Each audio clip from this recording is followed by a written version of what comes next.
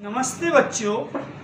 10th और 12th के exam निपट चुके हैं। अब 9th और 11th के एग्जाम स्टार्ट होने वाले हैं। 5 अप्रैल को सभी जिलों में, लगभग सभी जिलों में इंग्लिश का पेपर होने वाला है। लेकिन बच्चे हैं कि साल भर पढ़ते नहीं और लास्ट में कहते सर इंग्लिश में आप स्पेशलिस्ट हो, वीडियो बनाओ, हमें बहुत दिक्कत हो रही है।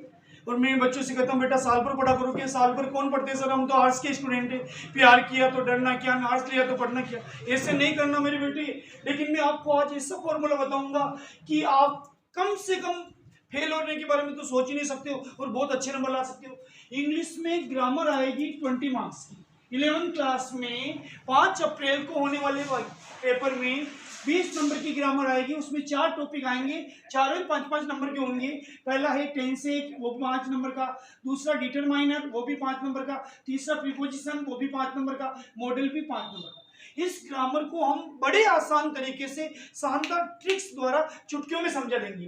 तो आज हम एक टॉपिक ले रहे हैं टेंस वाला। Fill in the blanks correct form of the verb. Fill in the blanks correct form of the verb. इसमें पहला प्रश्न है द बस वेकेंट प्लेस, खाली स्थान, before I reach the bus station. तो इसमें पहचान है बिफोर। अगर किसी वाक्य में बिफोर आता है तो उसमें आंसर में आती है हेड प्लस थर्ड फॉर्म। अब देखिए साहब, गो की थर्ड फॉर्म क्या होगी, गोन, और हेड तो लगेगा। इस क्यों लगेगा, ये नियम है। यदि किसी वाक्य में बिफोर आता है तो रिक्त स्थान में हेड प्लस थर्ड फॉर्म लगती है, हेड लगाया, और गो की थर्ड फॉर्म क्या होगी, गोन। दूसरा वाक्य है इंडिया रिक्त स्थान फ्रीडम इन 1947। अब इसमें कोई पहचान नहीं है, लेकिन इन लिखा है तो ये भी पहचान मानी जाती है। इन पहचान है सेकंड फॉर्म की। तो यहाँ गेट की सेकंड फॉर्म क्या हो जाएगी, गोट। आप चाहो तो मैं इसकी हिंदी कर सकता हूँ, इंडिया गोट फ्रीडम इन 1947। भारत 1947 में आजाद हुआ।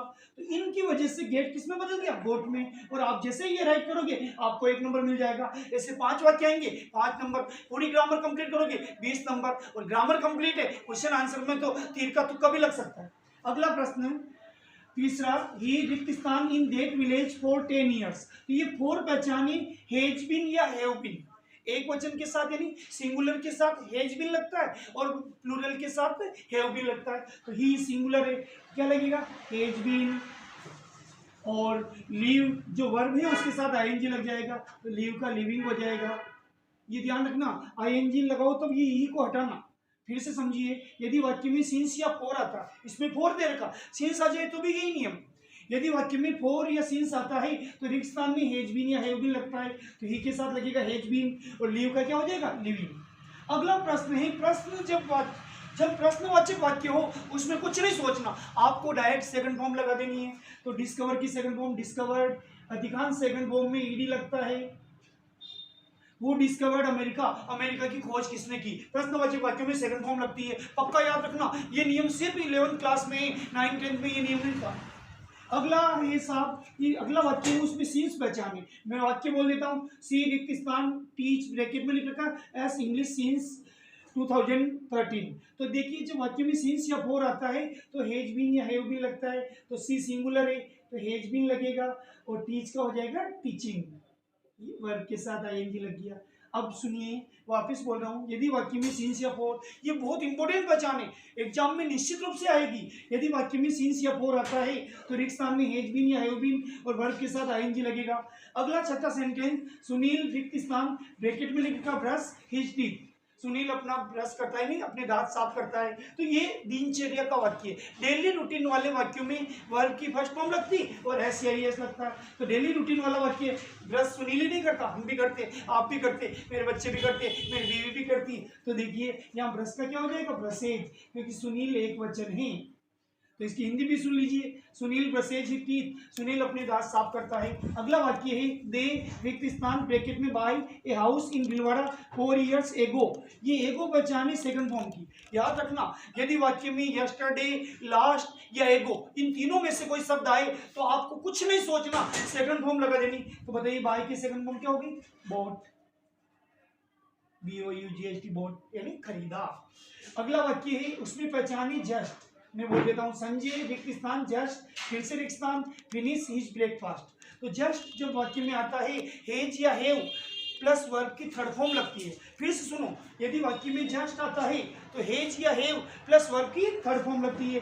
तो संजय एक वचन है तो हेज लगेगा, और फिनिश की थर्ड फॉर्म क्या हो जाएगी, फिनिश्ड।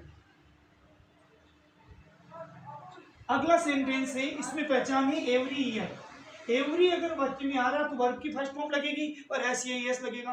फिर से सुन लो मेरे बच्चों, यदि इस सेंटेंस में एवरी शब्द आ जाए तो समझ जाना वर्ब की फर्स्ट फॉर्म और एस या एस लगेगा। तो ये वर्ब की फर्स्ट फॉर्म, जैसे चूहेदानी से चूहा बाहर निकालते, ऐसे ब्रैकेट से फर्स्ट फॉर्म को बाहर निकाल देते। स्पेंड ये लिख लिया साहब, इसके एस लगा दो। अगला वाक्य है 10वां, माई फ्रेंड रिक्त स्थान come to C me yesterday. यदि वाक्य में यस्टरडे आता है तो क्या लगती है, सेकंड फॉर्म। तीन पहचाने, यस्टरडे, लास्ट और एगो, इन तीनों में सेकंड फॉर्म लगती है। तो यस्टरडे आ रहा है तो बताइए कम की सेकंड फॉर्म क्या होगी, ये। जैसे ही आपने ये सेकंड फॉर्म लगाई, आपका 1 नंबर पक्का और पूरा प्रश्न 5 नंबर का पक्का। ये सभी पुराने पेपर जो बार बार एग्जाम में आते हैं उनको करा रहा हूँ ताकि आपको लगे कि इंग्लिश भी बहुत बड़ी चीज है। 11वां सेंटेंस, दे रिक्त स्थान stay here for an hour. तो इसमें 4 आ रहा है तो इसमें हैज बीन या हैव बीन लगेगा। तो दे बहुवचन है, प्लूरल है तो हैव बीन लगेगा और स्टे के साथ आईएनजी लग जाएगा तो स्टेइंग। फिर से सुनो, यदि वाक्य में 4 या सिंस आता है तो हैज बीन या हैव बीन लगता और वर्ब के साथ आईएनजी लगता। तो दे बहुवचन है तो हैव बीन नहीं लगेगा, हैव बीन लगेगा। स्टे का क्या हो जाएगा, स्टेइंग। अगला वाक्य है, उसमें पहचान है टुमारो। तो टुमारो वाले भी 2 पहचान है फ्यूचर टेंस की। टुमारो या नेक्स्ट जब वाक्य में होता है तो विल या सेल लगता है, आई के साथ क्या लगेगा, सेल।